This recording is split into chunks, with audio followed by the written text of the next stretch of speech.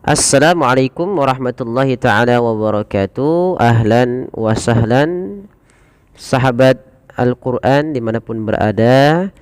InsyaAllah pada kali ini kita akan belajar bersama mengurai dan memahami hukum-hukum tajwid pada surah Al-Baqarah. Semoga dapat membantu sahabat sekalian dalam belajar Al-Quran dan membacanya lebih baik. Baik, kita akan mulai dengan membaca isti'adzah kemudian basmalah ya.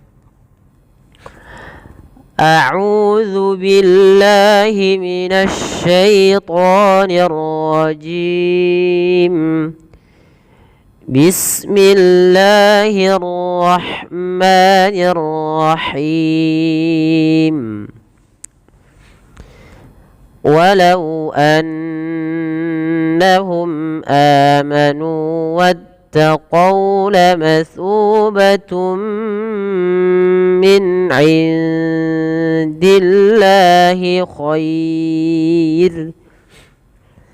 لو كانوا يعلمون. Baik, kita akan coba mengurai hukum tajwid pada ayat ini ya teman-teman.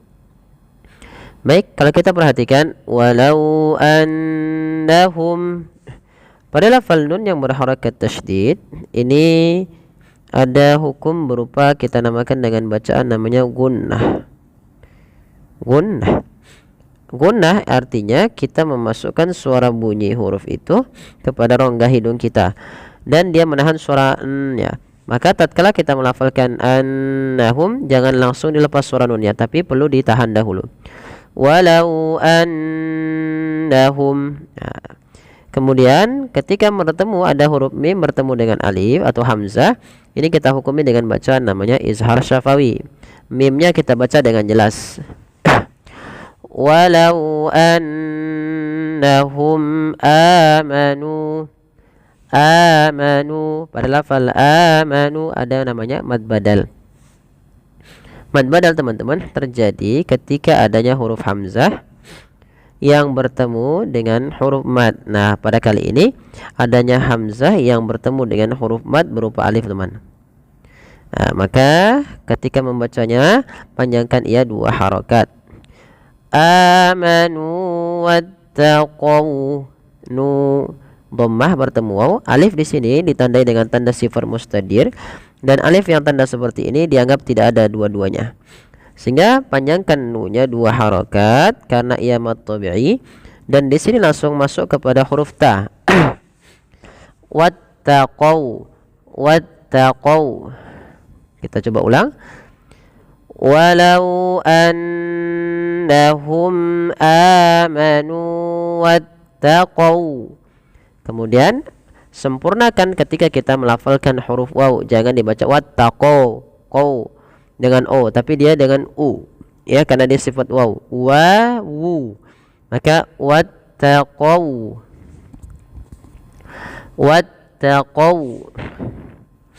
Kemudian kita lihat pada kata setelahnya, lamatsubatum min indillah.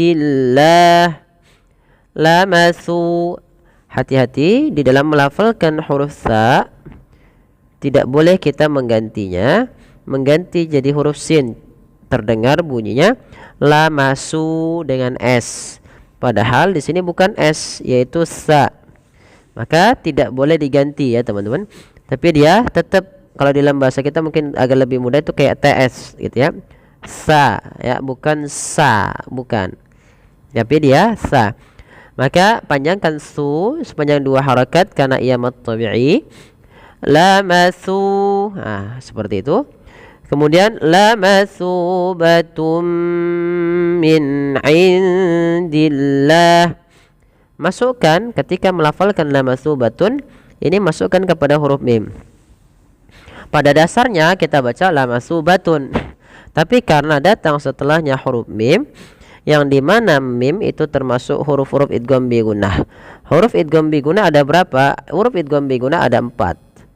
Ada 4 huruf. Salah satunya apa? Salah satunya adalah huruf mim, yaitu kita uraikan mim, waw, nun dan ya. Ini huruf-huruf idgham bigunah atau disingkat menjadi yanmu. Ya, nun, mim, waw.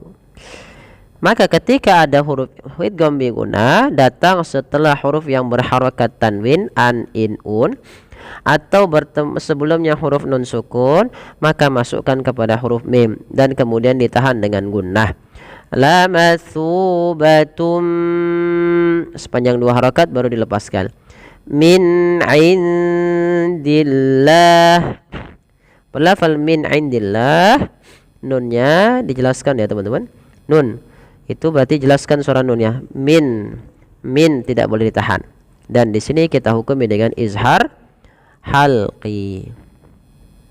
Izhar halqi. Kemudian kita lihat lagi. Pada lafal indillah ada nun sukun yang bertemu dengan huruf dal. Maka teman-teman, apabila kita mendapati dalam bacaan kita ada huruf nun sukun bertemu dengan dal, maka cara membacanya samarkan nunnya kepada huruf dal dan dia dibunyikan seakan-akan terdengar ada ang ya, tapi dia tidak ang, tapi dia menyamarkan langsung kepada makhrajnya. Kalau di sini makhrajnya ke dal, berarti ikhfanya tipis. Min ain langsung ke da. Min ain. Nah, seperti itu. Baru pada lafal dillah di sini ada lafal Allah yang didahului dengan huruf kasrah, maka dinamakan dengan lam tarqiq, lam yang dibaca dengan tipis. Kemudian pada lafal khair ini ada namanya bacaan madlin. Apa itu madlin? Madlin adalah bacaan dibaca dengan lembut. Terjadi ketika adanya huruf fathah bertemu dengan huruf iya atau sukun, ya sukun atau waw sukun, dan kemudian huruf akhirnya dimatikan. Kalau di sini ada kha yang berharakat fathah bertemu ya dan mematikan huruf ra. Nah, ini namanya madlin. Madlin terjadi ketika akhir bacaan kita sebelum huruf ya atau huruf waw yang dia dimatikan dan matikan huruf akhirnya itu ketika didahului dengan fathah maka dinamakan dengan madlin. Panjangnya berapa? 2 harokat, 4 harokat dan 6 harokat sebagaimana mad arid. Bedanya mad arid disukun kalau asalnya mad tabi'i dia di bawah harokatnya, tapi kalau dia didahului dengan fathah waw dan ya-nya maka dinamakan dengan madlin ketika kita waqaf. Maka min indillahi khair, dan ro-nya ini tidak boleh ditebalkan tapi dibaca dengan tipis dan kita namakan dengan ro tarqiq. Khair bukan khairu, enggak, tapi dia tipis. Baik, kita coba ulang dari permulaan ayat sampai dengan yang tadi. Walau annahum amanu wattaqaw lamathubatum min indillahi khair. Baik, terakhir. Lau kanu ya'lamun. Pada lafal lau lembutkan lafal waw dan monyongkan sedikit untuk menyempurnakan dari makhraj huruf waw bibir kita ke depan. Lau kanu. Pada lafal ka ada mad tabi'i ditandai dengan fathah bertemu alif, nu dhammah bertemu waw. Ya'lamun. Ain sifatnya bainiyah, yaitu surah ainnya tidak diputus ya, tidak begitu, tapi dia mengalir, tidak terlalu dialirkan dan tidak terlalu tengah-tengah. Ya, maka ya'lamun, seperti itu. Dan jangan sampai dibaca dengan ya'lamun dengan hamzah, tapi dengan ain. Kemudian lafal mun ada mad arid disukun. Nah, di sini adanya huruf nun yang dimatikan, sebelumnya ada huruf waw dan didahului dengan huruf yang dhammah yang semisal. Nah, ini kita namakan mad arid disukun, yaitu ketika adanya huruf sukun arid ya, sukun yang dia waqaf karena sukun yang diwakafkan karena di ketika waqaf nun awalnya ya'lamu. Nah, karena dia waqaf dimatikan nunnya ya'lamun. ya'lamun. Nah, di sini kita boleh memilih 2 harokat, 4 harokat ataupun 6 harokat. Law kanu ya'lamun. Ya, baik. Shadaqallahul azim. Baik, terima kasih. Semoga ini dapat membantu sahabat sekalian. Mohon dukungannya untuk like, share, dan subscribe. Terima kasih. Jazakumullah. Sampai bertemu kembali di video selanjutnya.